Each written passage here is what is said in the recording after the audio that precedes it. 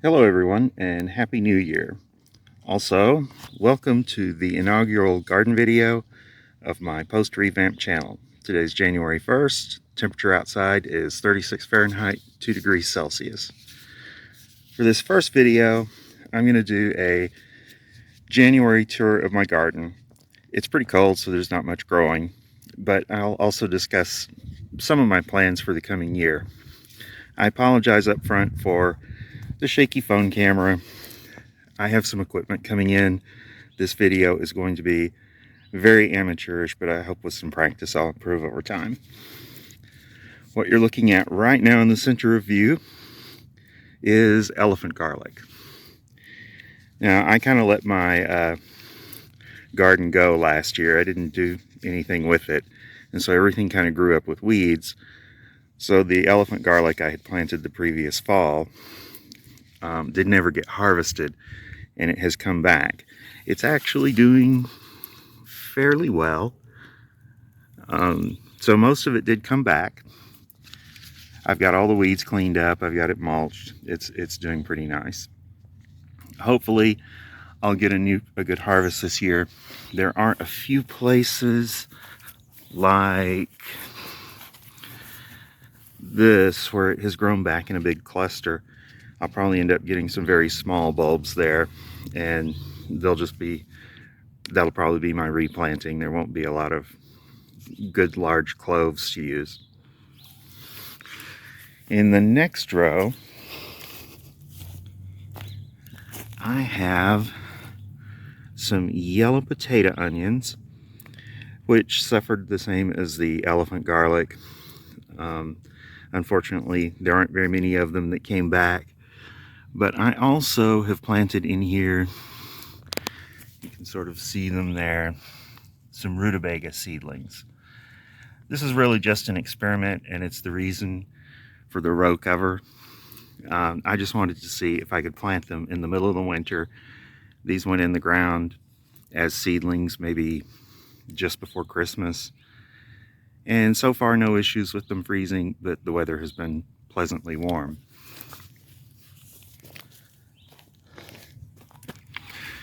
Next, these are my favorite onions in the garden. As you can see, they are doing really well even in January in this location. And these are Welsh onions, and I cut them down just above the ground, and they keep coming back. These keep me in onions for cooking really all year. So great plant to have in the garden. Over here, I grow grains, and so all of this grass in neat rows is hard red winter wheat. It'll be ready to harvest sometime in June, and then I'll be able to put something else in this spot. I'm kind of thinking maybe melons would go good here in June.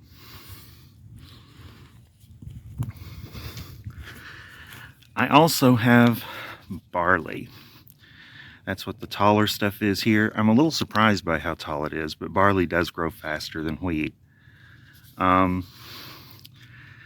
This is more of an experiment, part of the reason for the cover. Again, the barley is, I've grown this before, but as a spring crop.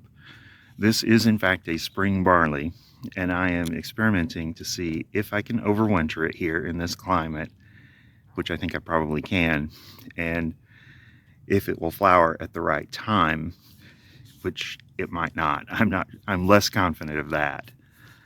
But hopefully I'll get some nice purple barley out of it. This is a purple type. For the rest of the in-ground garden, there really isn't much. This is just a cover crop of like some Austrian winter pea and some rye, and I didn't get it in the ground in time to get established. It's going to get buried by mulch as soon as I get some more wood chips in. I've also got a fair amount of bare ground. Here I am trying to clean up some Bermuda grass that has intruded from the lawn. Unfortunately, it is a persistent weed. It's very difficult to keep out of the garden. One potential advantage I suppose, of raised beds.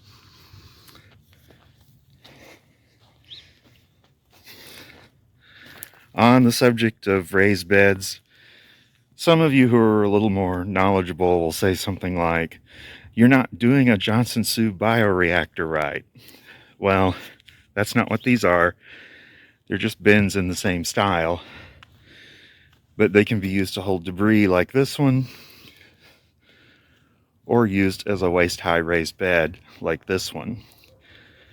This one's about 2/3 full of woody debris down at the bottom. Then it's got maybe a foot of soil, and it's got just a cover crop and some extra onions that I needed to do something with. Here, another cover crop. This is winter rye planted on time so that it's a little better filled out. More winter pea. Chives that needed a place to put them. And Egyptian walking onions. Now, these make a good contrast with the Welsh onions. They're both green onions. They're both perennial. These are obviously suffering a lot more from the cold, though. Hopefully. Well, I'm not really sure what I'm going to do with them. They will recover in the spring. It won't be a problem. So, warping over to the other side of the yard here, this is my fig tree. You don't see a fig tree? Well, it's buried under all this mulch. I'm hoping to salvage some wood from one year to the next. Normally they freeze to the ground in this climate, but if I can get some wood preserved, maybe I can get some better growth and some early figs next year.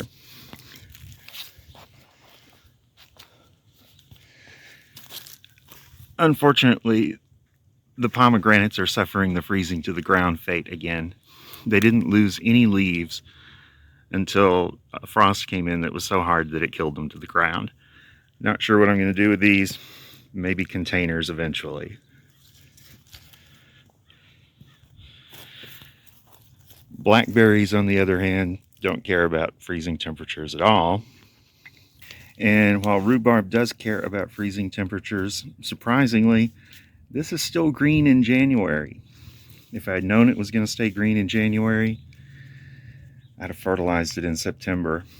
This doesn't do well in the heat in this climate, and so it needs all the cool season growth it can get.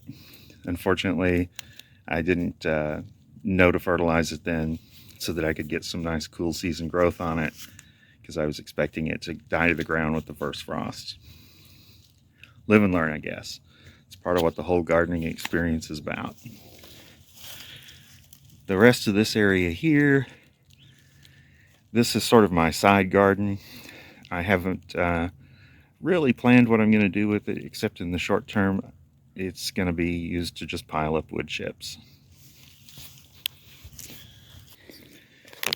Here's another example of just using these large bins for storage.